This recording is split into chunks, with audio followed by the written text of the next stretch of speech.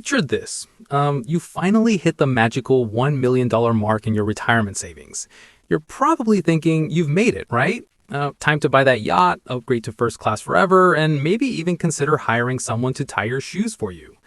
Well, hold on to your wallet because what I'm about to tell you might just burst that bubble faster than a cheap pool float at a family barbecue. The harsh reality is that $1 million today isn't what it used to be.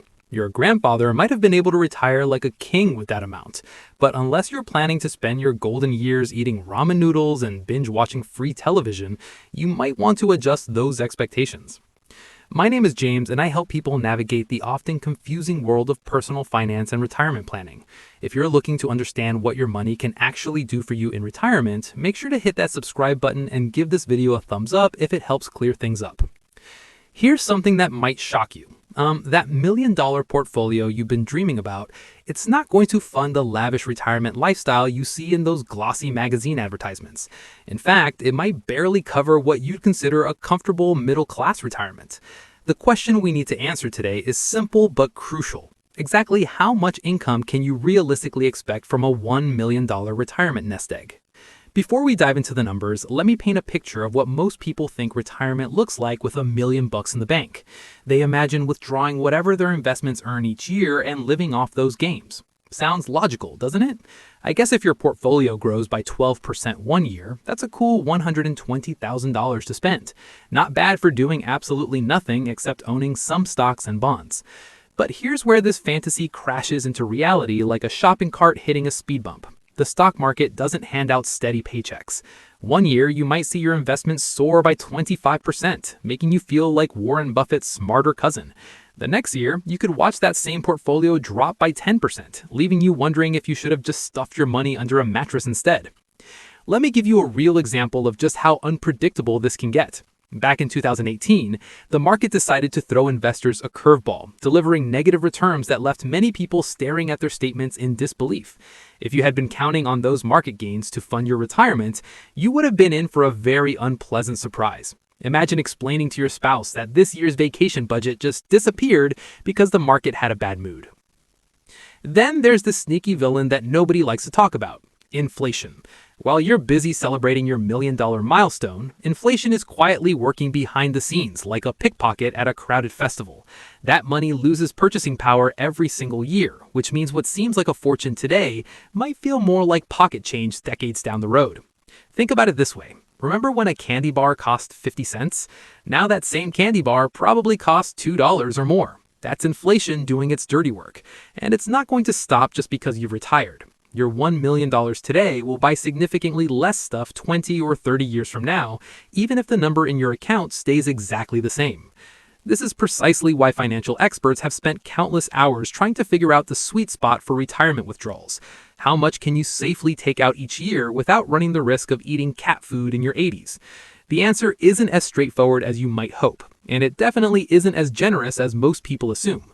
Some financial advisors take the ultra-conservative approach, suggesting you withdraw only 3% of your portfolio each year. With $1 million nest egg, that would give you $30,000 annually to live on. Unless your retirement dreams involve a steady diet of generic cereal and discount store clothing, that might feel a bit tight for most people's taste. On the other end of the spectrum, you'll find advisors who think 5% is perfectly reasonable, especially during periods when the market is performing well. That bumps your annual income up to $50,000, which starts to feel more like actual retirement money rather than just survival funds. But here's where most financial planners land, and it's become something of a golden rule in retirement planning circles. The 4% withdrawal rule has become the standard recommendation for a reason, and understanding why this number exists could be the difference between a comfortable retirement and spending your golden years working as a grocery store greeter.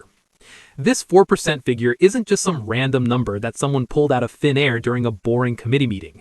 It's based on extensive research and historical market data that takes into account the ups and downs of both stock and bond markets over multiple decades. The idea is that you can withdraw 4% of your total portfolio value during your first year of retirement, then adjust that amount each subsequent year to account for inflation. So with your $1 million portfolio, you'd start by withdrawing $40,000 in year one. If inflation runs at 3% that year, you'd bump your withdrawal up to about $41,200 in year two, and continue adjusting upward each year to maintain your purchasing power. The beauty of the system is that it's designed to last for 30 years with an extremely low probability of your money running out. Now, before you start planning how to spend that $40,000, there are some important details about this 4% rule that you need to understand. First, this calculation assumes your portfolio is split 50-50 between stocks and bonds. That's actually quite conservative compared to what many investment experts recommend. Some advisors suggest keeping your entire portfolio in growth stocks, arguing that bonds carry their own risks while offering much lower returns. The choice between stocks and bonds becomes increasingly important as you age. Generally speaking, the more stocks you own, the higher your potential returns, but also the greater your risk. Younger retirees might be comfortable with more stock exposure, while those in their 70s or 80s might prefer the stability that bonds can provide, even if it means accepting lower overall returns. Here's another crucial detail that catches many people off guard. That 4% withdrawal rate is specifically designed for a 30-year retirement period. If you're planning to retire in your 40s or 50s, which seems to be increasingly popular these days, you might need to be even more conservative with your withdrawals. Nobody wants to celebrate their 90th birthday by realizing they've got 10 years left to live, but $0 left to live on. Unfortunately, life doesn't work that way, and planning for the unknown requires careful consideration and probably a bit more caution than we'd prefer. The truth about longevity might surprise you more than finding out your teenage kids actually know how to load a dishwasher. According to recent data, the average 65-year-old can expect to live another 18 to 20 years. But here's the kicker. That's just an average. Half of those people will live longer, and some significantly longer. You might be planning for a 20-year retirement only to discover you've got 35 years of golf games and early bird specials ahead of you. This uncertainty is exactly why being conservative with your withdrawal rate makes sense, even if it feels like you're being unnecessarily cautious. Think of it like wearing a seatbelt or keeping jumper cables in your car. You hope you'll never need the extra protection, but you'll be grateful it's there when life throws you a curveball. But let's get back to that $40,000 you can safely withdraw from your million-dollar nest egg. For many people, that number feels disappointingly small. After all, $40,000 doesn't exactly scream living the dream in today's economy. A decent new car can cost that much, and don't even get me started on what a week at a nice resort will run you these days. However, before you start feeling too depressed about your retirement prospects, remember that this $40,000 probably isn't your only source of income during retirement. Most people have been paying into Social Security throughout their working years, and that's designed to provide a foundation of retirement income on top of whatever you've managed to save privately.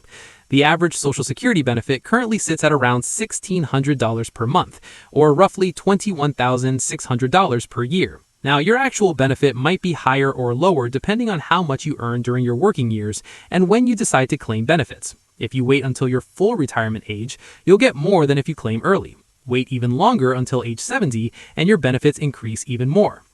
Adding that Social Security income to your 4% withdrawal gives you a combined annual income of approximately $61,600. For a married couple where both spouses receive Social Security benefits, you're looking at potentially $83,000 or more per year. Suddenly, that million-dollar retirement starts looking a bit more reasonable, doesn't it? Of course, the government isn't going to let you keep all of that money without taking their cut first. Taxes in retirement can be tricky to navigate, and they'll vary significantly depending on what types of accounts hold your $1 million. If your money is sitting in a traditional 401k or IRA, every dollar you withdraw will be taxed as ordinary income, just like the paycheck you used to receive. On the flip side, if you've been smart enough to build up a Roth IRA over the years, those withdrawals come out completely tax-free. It's like getting a permanent discount on everything you buy during retirement. The catch, of course, is that you had to pay taxes on that money before you put it into the Roth account, so you're essentially choosing when to pay the tax man rather than avoiding him entirely. Most retirees end up with a mix of account types, which actually gives you some flexibility in managing your tax burden. You might withdraw some money from tax-free accounts in years when you need extra cash, and lean more heavily on taxable accounts in years when your income is lower. It's like having different tools in a toolbox, each one useful for different situations. The state where you choose to spend your retirement years can have a dramatic impact on how far that money stretches. Some states have no income tax at all, which means more money stays in your pocket. Others tax everything, including your Social Security benefits, which can put a serious dent in your retirement budget. It's worth considering whether a change of scenery might also mean a change in your financial situation. Beyond taxes, your geographic location affects everything from housing costs to healthcare expenses to the price of a decent cup of coffee. That $60,000 retirement income might feel luxurious in certain parts of the country while barely covering basic expenses in others.